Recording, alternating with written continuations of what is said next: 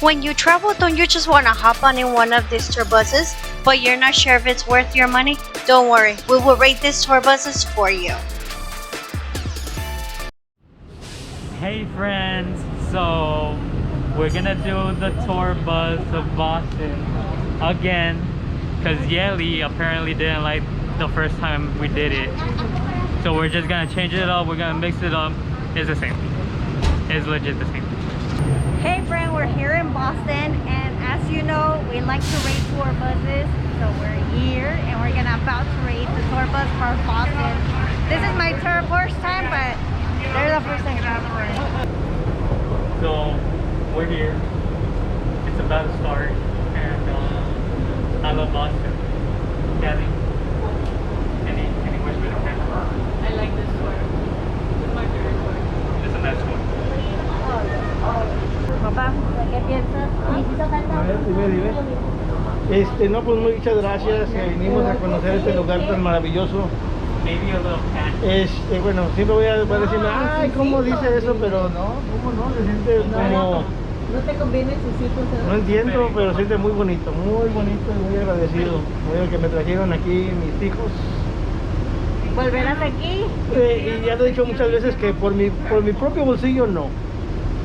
De gorra sí. Oh my. Es la verdad, hay que ser realistas. Es muy, Boston muy es más caro. barato que New York. Sí, pero de todos ¿A poco modos. no vendrían otra vez? La verdad es que, bueno, me gustaría venir en tiempo de calores, pero No, quiero venir en tiempos de calores. A lo mejor en Boston, tiempos de calores, a lo mejor estuviera bien. Ding, ding, ding with the bell. Zing, zing, zing with my heartstrings. From the moment I saw it, I fell. And a quick safety message starting for you folks in just a moment. Alrighty, friends, that was Jack Nicholson giving a quick safety message there. Couple things meant to mention though. This here's, of course, a guided tour. Keep conversations to a whisper and silence your cell phones. So, folks, welcome to my city, the city of Boston. How's everybody doing today? There we go. There we go. Right-hand center trolley home. This here is Christopher Columbus Park. Christopher Columbus Park, built the Italian navigator who sailed the oceans blue back in 1492.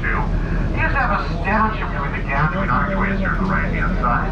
Unfortunately, he was beheaded during recent events here in Boston. But of course, like I've heard in good terms, the mayor, he'll be coming back, I guess, at some point relatively soon. Now, we are going to be entering into the north end of Boston. The north end of Boston is the longest settled neighborhood here in the city. Maybe established back in 1630 by the Puritans. Lots of groups have moved in and out of here throughout the years. The Irish, for example, had a budding community here back during the Irish potato famine. But of course, it's been those Italians who've been the marvelous part of the city, that's to be sure. 1 second.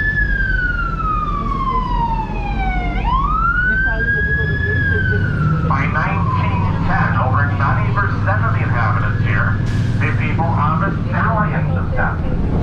Now this has dropped down to about 30% nowadays, but it still holds on to the heritage. There are over 100 Italian restaurants and pastry shops here in the North End for you to choose from. Wondering which ones are best? I would follow your nose. If that doesn't work out for you, most of them do tend to post their prices right outside the doors here for you.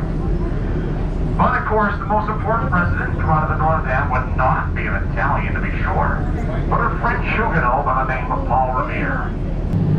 Samuel Adams and John Hancock would start the Sons of Liberty in August of 1768. They're here to talk about taking away the ruling of the British Crown. Unfortunately, it's also an act known as sedition, which is considered treason against the Crown, and so those men be one for treason. In regards to that, the most famous missionary carry was not from those men, but rather two of those men. So as you roll forward here, friends, left to the inside of the trolley here, past Rocco's Bar, up Hedgeman Street here, you will see the 197-foot steeple of Old North Church. It would be from this church that Paul Revere would commission Sexton or right-hand side. In his wake was the British man of war, the HMS Somerset, lying away for people like Paul Revere to cross the other side. Now, under the cover of darkness, owing to a low-rising menacing move. Paul Revere was solidly rolling across here to the other side. He got himself the other side, meet up there with Deacon Larkin. Borrow his horse, Mile Museum, set off across the land. 15 miles he would ride. On a land called the People, the Regulars around. The Regulars around. He got himself all the way over to Washington, Massachusetts. Warren Samuelinus and John Hancock and those men would make their escape. Now, William Dawes would show up a half hour later, and a third friend that evening, Dr. Samuel Prescott, would join Paul Revere in the town of Lexington. They'd make their way on to Concord, Massachusetts. On their way, they would be accosted by a British patrol. Now, William Dawes would get away from the patrol, but he did not know the back road to Concord, Massachusetts. He would unfortunately find himself hopelessly lost. Dr. Samuel Prescott was a resident of Concord. He also got away from that patrol, but he got himself past that patrol, and beyond that point, the midnight ride would be a success. Our hero, Paul Revere, would have himself just a little bit of an issue. Paul Revere would get himself captured by that British patrol. In addition to that, he was due to be hanged upon capture. The British were looking for a nice tree from which to hang him from. Some gunshots would sound up in the town of Lexington, Massachusetts. Paul Revere, having really nothing else to lose at this point, well, he started bluffing. He looked at that British patrol and said, "Look, those are men coming to find me. If you are found with me, dead or alive, they will hunt you down." 35-minute battle with the HMS Guerriere. It's one of the shortest naval engagements in maritime history. During events of that battle, cannonballs would be seen simply just bouncing off the sides of the Constitution, causing a sailor to exclaim after that battle, "Huzzah! Her sides be made of iron." Now, of course, they are not made of iron. In fact, we made out a 17 to 21-inch live Georgian oak, sheathed in copper, put there by Paul Revere himself. Paul Revere ran one of the first copper mills of the United States. She's been called Old Ironsides ever since. Old Ironsides 33-0 in all of her engagements. She's the only undefeated team here in the city of Boston. Looks a lot like the George Washington Monument out of Washington, D.C., but this is the Bunker Hill Monument for the Battle of Bunker Hill. And the Bunker Hill Monument is older than the George Washington Monument. The Bunker Hill Monument is quite naturally built on top of Breeds Hill. Yeah, you might have expected Bunker Hill, but no, this is Breeds Hill. Bunker Hill, my friends, a little further on to the left-hand side, back at another half mile or so. Now, true of the days before the battle, mid-June 1775, there would be a settled battle on the field of Bunker Hill. But the colonists would decide fortifying Breeds Hill to be the better fortification point. I can make a couple arguments for this and against this, but the real argument against this would be the battle would be seen as a bit of a morale victory. Of the 2,000 British soldiers engaged that day, 1,052 of them were perished fighting. Of the 2,500 columns engaged that day, with all those four were 600. Never before had the mighty British Army come up against such a scrappy, untrained fighting force and half the heavy losses. As after this battle here, people started to realize we just might have a chance against that mighty British Army.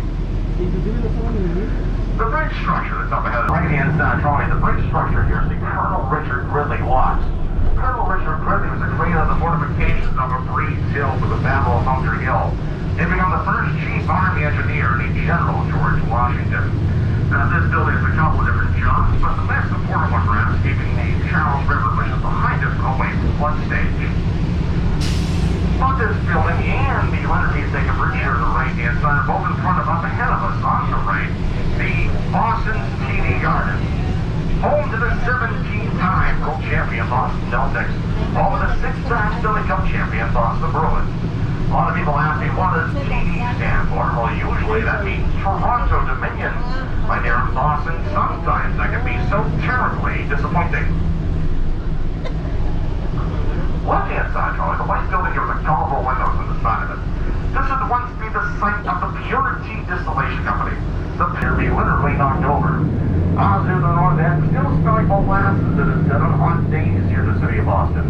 This event's remembered here in the city of Boston as the Boston Molasses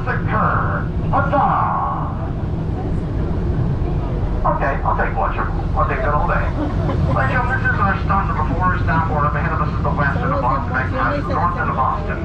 Sorry for accident at Boston's TD Garden, Boston's North Station. Also accident at Boston Science Museum. It's a free line train from North Station Memphis to the Science Games, a couple Celtics games. Incidentally, the Barclay floor the Celtics used to use. Still used this day inside of the TD Garden. They just moved it right on over. But a lot of people here still fondly remember when Bobby Orr, number 4, would score the game-winning goal against the St. Louis Blues for the 1970 championship with Lord Stanley's Cup. Now, they show the old garden and the current-day TD Garden were built within 6 inches of each other. They couldn't just get rid of the old building by blowing it up. That would destroy both structures. They had to take apart the old building by taking it apart brick by brick by brick. And you'll never guess what they did with those bricks. Sold them off at $100 each, offset the cost of taking apart the original structure. As we turn left here, ladies, on one hand central here, this is the Government Center parking garage. It was built in 1970. It was condemned. The original inspectors of the building, you see, would deem this building to be unsafe and unsound. They said the support console in this building would never hold the weight the building was all regards to the inside, effectively condemning it. Parking here in Boston is an adventure on the best of days. You find some free parking behind some boards over there. What are you going to do? You're going to tear down the board. You're going to park there anyway. Yeah. The mayor found out. The mayor was furious. He sent a second set of inspectors. Second set of inspectors said this building was so safe, so sound, they built 2 levels of offices above the original parking garage. So on the next flight cycle, we're going to drive underneath this incredibly safe parking garage that they're tearing down as we speak. We'll have our hard hats on, right. A wealthy merchant here in Boston. At Maxwell Wealthy Relation, that building is now been built in the original landmass of Boston. That's landfill. Original landmass city started right in front of the Samuel Adams statue that's in front of the building there. Samuel Adams, John Hancock, Paul Revere, and all used their fate of liberty.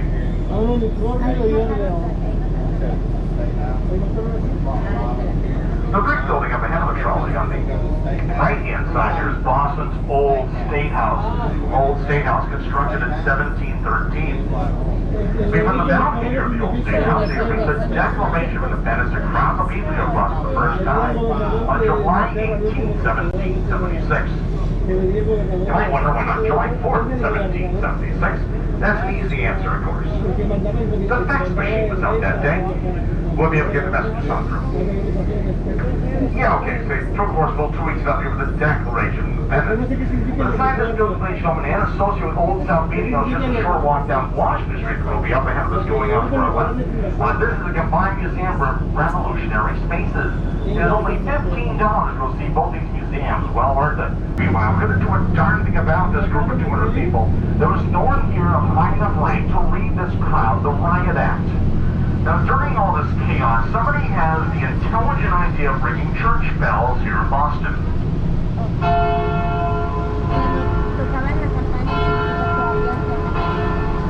Now, unfortunately, history has lost who exactly would have started ringing those church bells. But I always thought it might have been Samuel Adams himself. He was, of course, known to be a bit of a rabble-rouser. But anyway, now you have people at the most notable place in Boston, Mass, to be sure. But this is the only place in the world where you have a nice, cold Sam Adams. And then go meet a nice, dead and cold Sam Adams. Right there, the rock on the right-hand side of the White Mountain Monument. That's Samuel Adams' burial site there.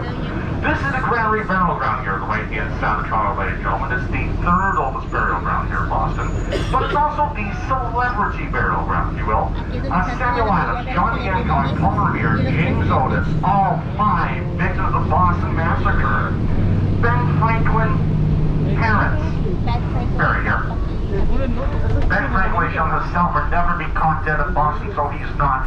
He's caught dead down in Philadelphia.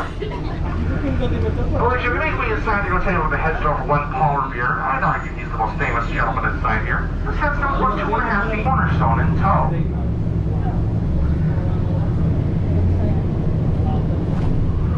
Now, returning, ladies and gentlemen, into our S-curve here. It's just up ahead of us here on the right next to the barber shop we'll be coming to. famous resident of the state of Massachusetts once used this as a mailing address. Let's see if you recognize this voice. And so, my fellow Americans, ask not what your country can do for you, ask what you can do for your country. Yeah, I just heard a couple of you mention, yes, John F. Kennedy.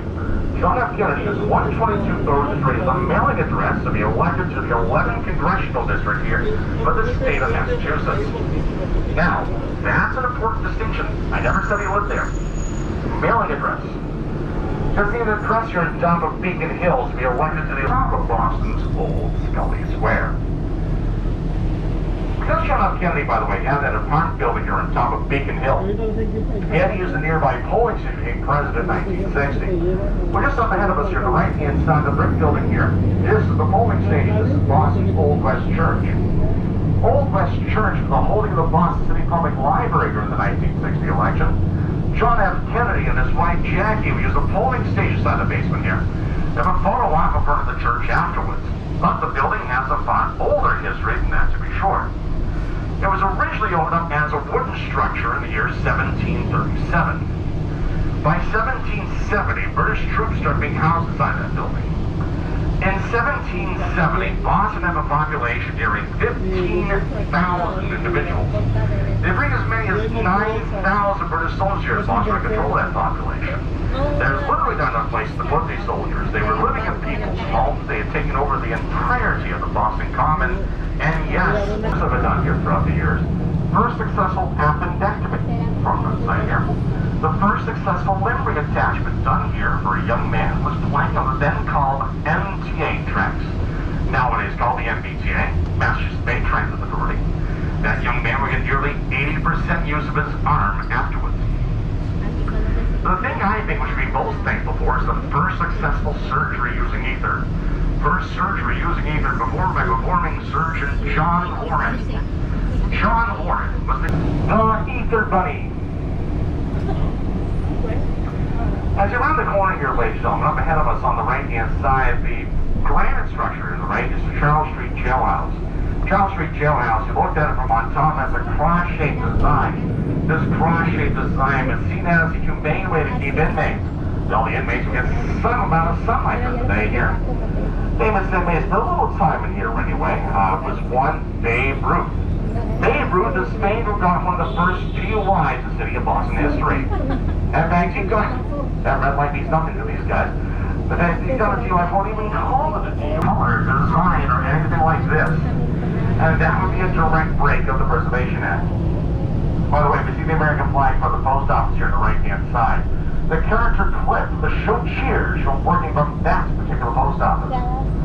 I love the beautiful gas lanterns running down the road here. These gas lanterns have been continuously lit here since 1912. Now, true as once the entirety of Boston was lit here with gas lanterns at one time, but the citizens here love these gas lanterns so they commissioned the city of Boston to keep them. They would be allowed to keep them, but they would in turn hire the lamplighters here as a cost-saving measure. It was literally cheaper just to leave the lanterns on all day, all night. To pay somebody to douse them in the morning and to put them on again in the evening. But just up ahead of us here, ladies, we'll be coming into our stop number 7. We'll be down by the 35 Antique Style Shops, Charles Street. Charles Street Jailhouse, Liberty Hotel, your way to Cambridge behind us here, of course, I mentioned earlier. So we have beautiful cobblestone road, just a short walk from our trolley here. Acorn Street, to get there, walk to the left. Out Mount Vernon Street, the road that's directly ahead of us here. Take a right onto West Cedar Street. I'll be right over to Acorn Street, one of the most beautiful streets located here in Boston. Especially a day like today with the slick rain here on the road, it's actually going to make those cobblestones glisten in the lamplight here. Quite pretty this time of the year. But ladies and gentlemen, this is our stop number 7 if you were disembarking here in the United States. But until the end of the American Civil War. There's a trail wrapping its way through here celebrating this African American history called the Black Heritage Trail. Black Heritage Trail was the African Meeting House, a church on Joint Street you stop right here. But the trail nation begins and ends at our stop number 14 at the Robert Gould Shaw Memorial. Robert Gould Shaw was the commander of the Massachusetts 54th. It's the first all-African American regiment during the American Civil War. You ever seen the movie Glory? Way back in 1989. They're actually already fairly familiar with story of the 54th. But my friend, the vehicle when the police stop down or stop and they open the doors. If it is a bunch here, watch your step, use the handrail, and of course the ever important question, who's buying? Might be moving. So 1 second, don't get up yet. There we go.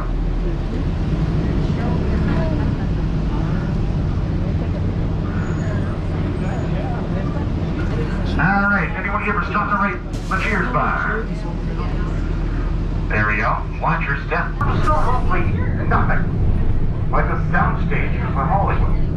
Now, yes, true. They would base the program on this bar, and you would do filming outside of it, of course. Back during the area of the program, you need to see an old town trolley go rolling right on by. Well, what's your favorite actor or actress that made the way to the downstairs bar? They would magically wind up in the studio over in Hollywood. So the owner of Bullfinch Combo Valley Division wanted to build 2 replica bars here in Boston, you see. One of them sits just above the original bar here, the Bullfinch Pub, that was completed in the year 2006. The other replica bar, after 32 years of service over Annual Hall in Quincy Market, shut its doors forever back in August of 2020. And I wonder if that person thought about that. Anyway. So anyway, should we go meet and drink at the bar still where everybody knows your name? You go to the Boston Common back behind us. They make their way off to a right to Leechmere Point over in Cambridge to start their marches to the towns of Lexington and Concord. Now really, this starts changing here around the year 1818. All this is People get up in the artificial. morning and throw their garbage, their waste, their refuse out into the tidal flow off the Boston Harbor and Charles River. Expect very little rock. You can carve it quite easily. After you carve it, then you usually have to paint it. You painted it brown, it's the name, the brown stones. These mansions were quite expensive back then, still are to this day. Local sports legend here, better known for deflated footballs on the mansion on this road. Exactly. Top rating. He bought it, his property for $5 million his rookie season. Turn around and sell for $6 year afterwards. Yeah, like you need more luck. That being said, most of these are not full-scale mansions anymore. Most of these are broken up into condos and condominiums bought and used by lucky college students. Keep making your way down the road up ahead of the trolley here. Eventually wind up in the late 1800s. But in 1978, the building was burned down. It was an apparent case of arson. The congregation not able to come with the funds necessary to build a church, so they sold that church off to a developer. But that developer would not be able to change the exterior of the building. That did not prevent them from turning them into condominiums. Those were the church court condos. Ever seen the program This Old House with star Bob Vila? Bob Vila would feature that building when filming here the program This Old House. Speaking of old houses that we wrote 40 years later, I'm ahead of the trolley, left-hand side here, the building here, covered in ivy with an American flag in front of it here. There it is there. This is the Ames Mansion, left-hand side of the trolley here. Ames Mansion built by Oliver Ames, Oliver Boulevard, specifically the Parisian Boulevard, the Champs-Élysées. Now, as close as you're going to get me to speak French today. Next street up ahead of us, the left-hand side of the was Boston's new first MLB game, April 20th in 1912. That would not be much fanfare though that time period. This would be days after the sinking of the RMS Titanic, which kind of damped the mood a little bit. I, of course, remember back in 2004, the Red Sox were found to beat that 86-year curse of Bambino. Curse created by 20-way slugger Babe Ruth of the Yankees. I guess one of the famous games in that 2004 season. Now those playoff games are might be expensive. And the game I would go to, Jason Varitek, Red Sox catcher, would shove his glove into the face of hated Yankees player Alex Rodriguez. A little depression, you can see it there on the right-hand side. Then right there's on the grounds of the Christian Science. There's a whole other religion of Christian Science. Christian Science would be started by a woman by the name of Mary Baker Eddy. Mary Baker Eddy would be living here during the mid-1800s. 1860 specifically, she'd be injured, was told she was never going to be able to walk again. But go home to have her Bible for a few days. It was miraculously able to walk afterwards. One of the few women in the world to ever start her own religion. Now the Mother Church located here, do not get me wrong, is gorgeous. But the real gem to see is the Mapparium is on the Mary Baker Eddy Library. The Mapparium is a glass globe of the earth. It stands 3 stories tall, 3 stories wide. You walk through the center of the globe, not through the center.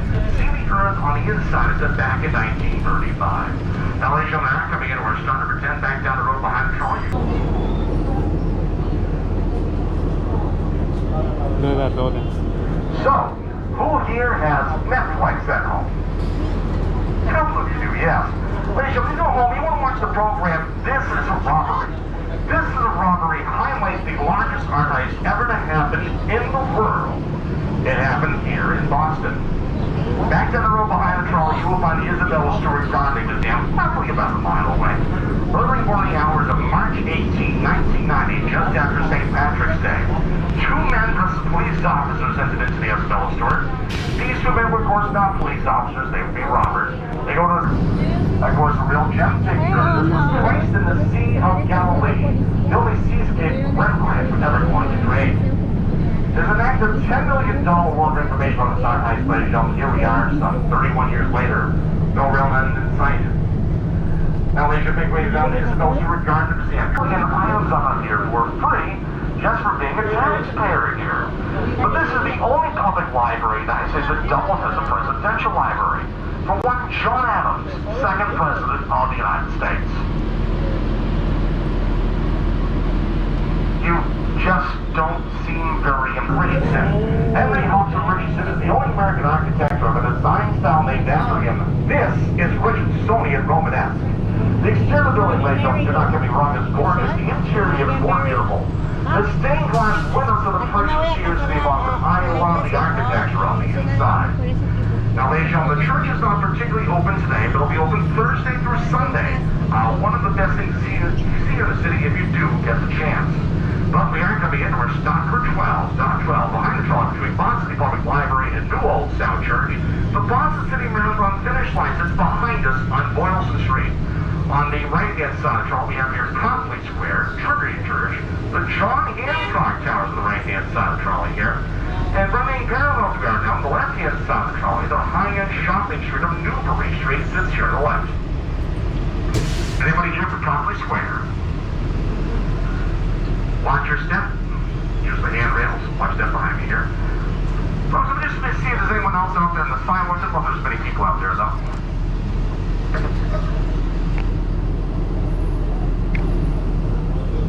Brooks is the 7th rector of Trinity Church. The first rector of Trinity Church location here in Copley Square.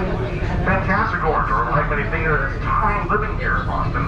Perhaps best known, though, for writing the Christmas Carol, All Over the Town of Bethlehem. But as we turn, ladies and gentlemen, here off of Boylston Street, turning onto Clarendon Street, going to go from building built back in 1877 to something a little bit newer. Up ahead of us here on the right-hand side is the John Hancock Tower. The John Hancock Tower, ladies and gentlemen, the tallest building here in the city of Boston. It is 60 stories tall. There happen to be 10,334 pounds of glass inside this building. The average land of the building was originally constructed. 60. You see, Hollywood's compacting. The Boston Park Plaza Castle will be opened up as the armory for the 1st Corps of Cadets. The 1st Corps of Cadets was the protection group for the governor of Massachusetts. He was a little worried some crews moving in here this time period. He decided he needed a nice, safe protection place for himself. Inside of his castle, he'd have his own dry boat, bulletproof shutters, a working drawbridge. No expense spared for the governor of Massachusetts. The building was he breached into the steakhouse, and the 1st Corps cadets were absorbed by the Army National Guard. But now it's a function of a hotel through the trees here on the left-hand side. Boston Park Plaza Hotel. No, no. Now the Boston Park Plaza Hotel was opened up in the year 1927. This is, unfortunately, the day before the Great Depression here, in the middle of the Seaport District. Now they would not be able to pull the wooden sailing ships off when they were building that building in the year 2015 along the other commercial district here you see, off the commercial buildings you see in the Seaport. But they wouldn't be able to put a mock of the wooden sailing ship that is located in the little park next to the building there. Unfortunately, we're just on the wrong side of all that to show you. You can also take a look out here, ladies and gentlemen, at the 12 hotels here now, I'm sorry. Rachel, there's only 4 hotels out here in the year 2001. Take a Exactly, now looking up ahead of us here next to the Scorpion Bar here. You can also come out here and take a look at the four museums here. We have, of course, the Children's Museum, which as Cheryl pointed out to you guys earlier, that's been out here for